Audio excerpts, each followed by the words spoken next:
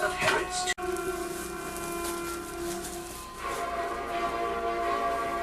Is celebrated as one of Israel's greatest archaeologists. During his lifetime, he made discoveries throughout the Holy Land, from the fortress of Masada to the city of Jericho. But his lifelong obsession involved a colossal ruin called Herodium.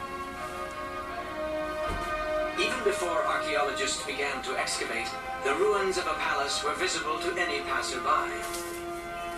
Herod was buried. And today, Dudi Mavorach will retrace his journey of discovery. Most scholars actually gambled on the idea that Herod is buried up on top of the mountain. Most of them believe that he's buried in the Eastern Tower, which is a massive tower that we see behind. Professor Netzer believed from the beginning that it's not reasonable to assume that, because the moment you use a place for burial, it becomes ritually impure in Judaism. So Netzer began to... This might be the tomb. It's a monumental room with pilasters decorating the walls. You can see them protruding here. It's a large space with very high ceiling, probably either domed or with a pyramid on the top, but it's open to the east. The opening told Netzer that the structure was a formal dining room. It was not a closed room, it couldn't be a tomb. And then he thinks that the tomb may be next door. A ritual bath found next to it gives another hint to the possibility that this is where the tomb might be. Unfortunately, the tomb was not found. As he continued to search, Netzer came to believe that Herod himself had designed Herodium according to a geometric plan. He became so involved with Herod that he could almost plan the way Herod planned and think the way Herod thought. He continued to search for Herod's tomb for 30 years. He realized that it's not down here. He realized that there is no monumental building or cave that could be it. In 2004, shortly after his 71st birthday, Professor Netzer decides he needs a new perspective.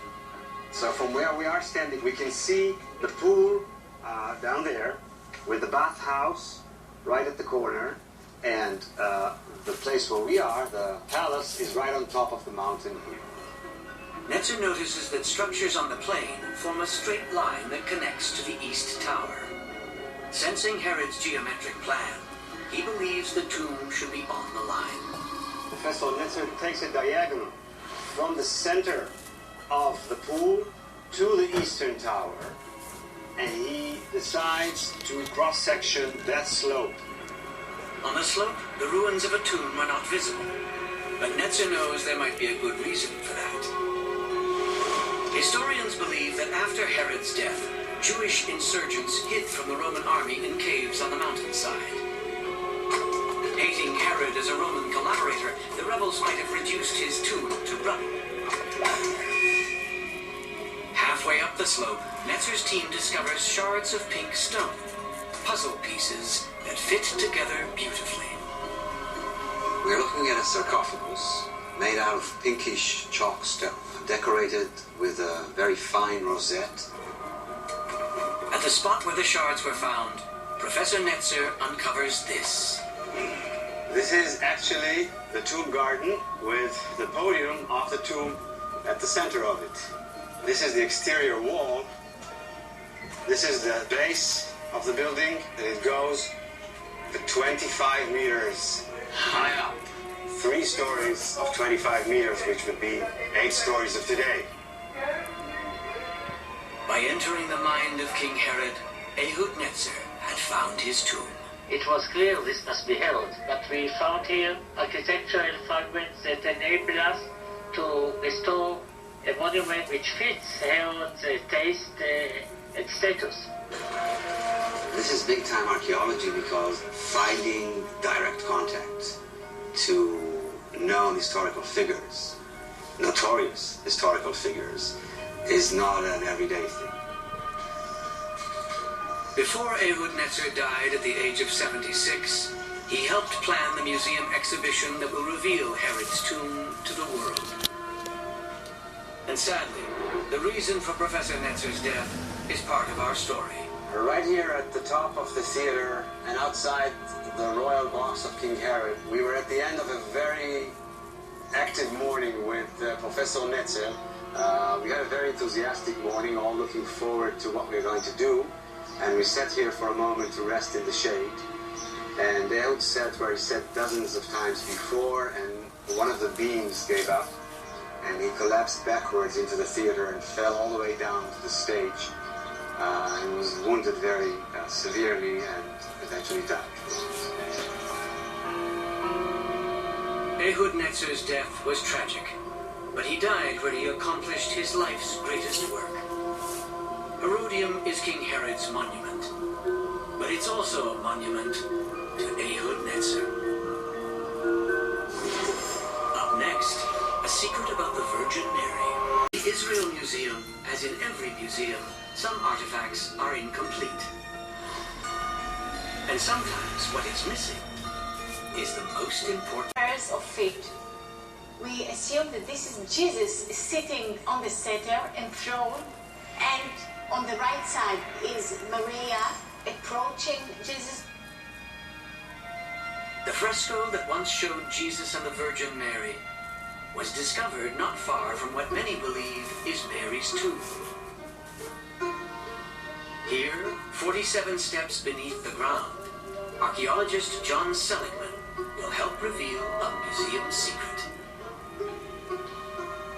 The tomb of the Virgin Mary doesn't look like an ancient tomb, because the tomb has been cut away from the bedrock around it, and all you see is just the shelf where the body of Mary was traditionally laid. Her tomb is empty, but that is not the secret. By Christian tradition, Mary left her tomb when she ascended to heaven. The secret involves an arched niche cut into the wall. It has the same don't know. Right behind me is the mihrab, which is a niche in the mosque. And basically it signifies the direction of prayer. And this is usually in the direction of the Kaaba, which is the towards this one direction.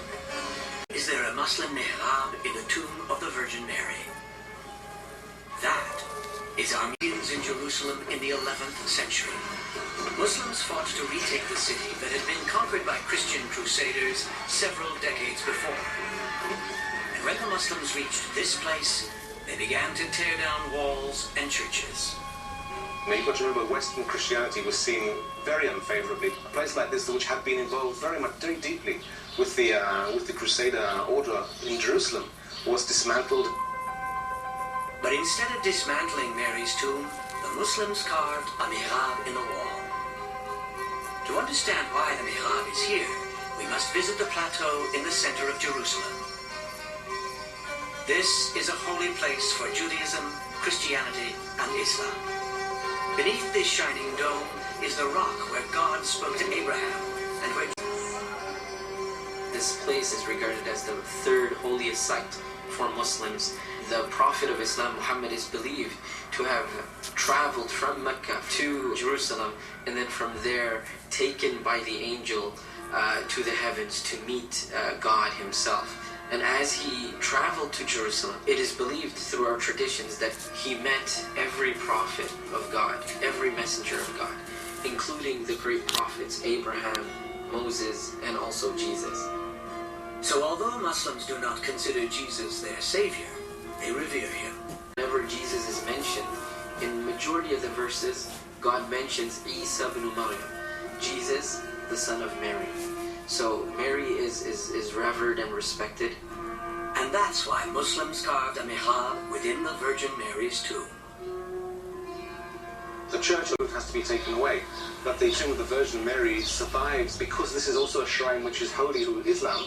There is no reason to destroy the tomb. In the streets of Jerusalem, religious differences and political conflicts are obvious. But as with the fresco in the museum, we might not be seeing the whole picture. The most important part is sometimes the part we don't see, the part we share. This idea is alive in Mary's tomb, a holy place that has been shared by Christians and Muslims for almost 1,000 years. Up next, the secret of the Oasis.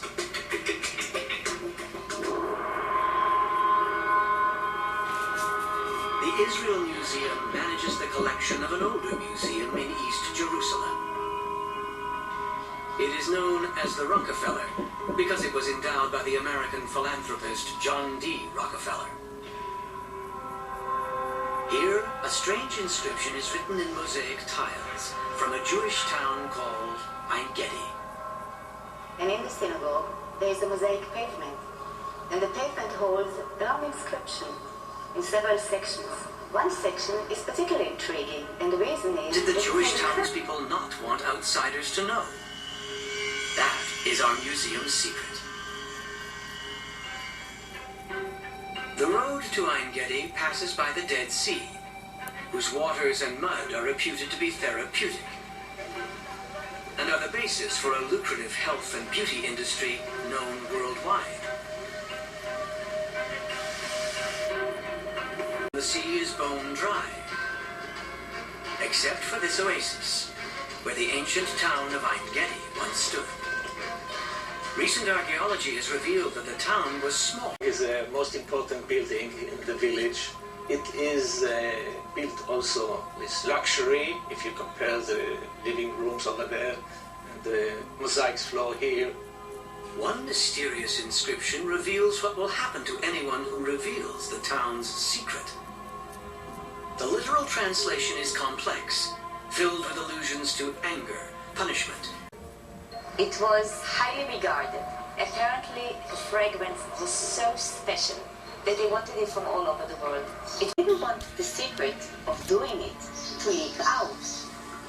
We would leak the secret of how to make balsama, but we can't. Because on an unknown date, Ein Gedi was attacked and burned to the ground. There was produced.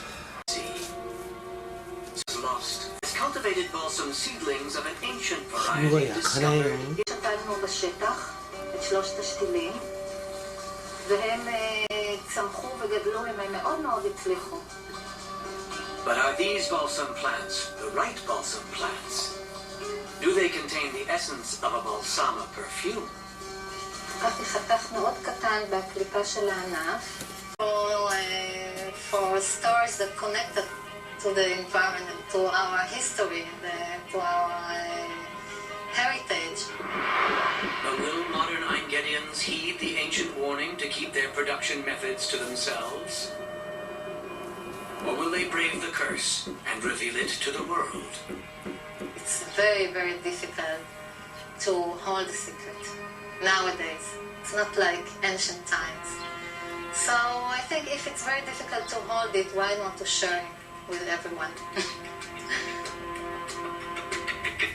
And then perhaps modern women can share in the glamour of Cleopatra.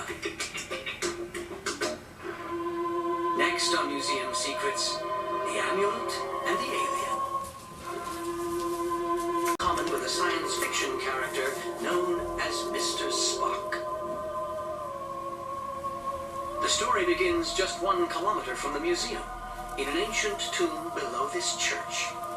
A young archaeologist discovered a tiny corroded object about the size of a cigarette butt. The year was 1979. Fans may recall that the first Star Trek movie premiered in 1979. But that's not the connection between the artifact and Mr. Spock. It really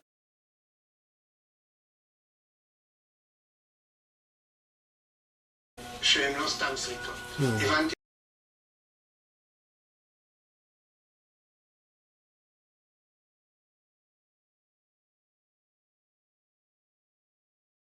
Painstaking work of piecing together bits of ancient biblical scrolls found in a mountain cave near the Dead Sea.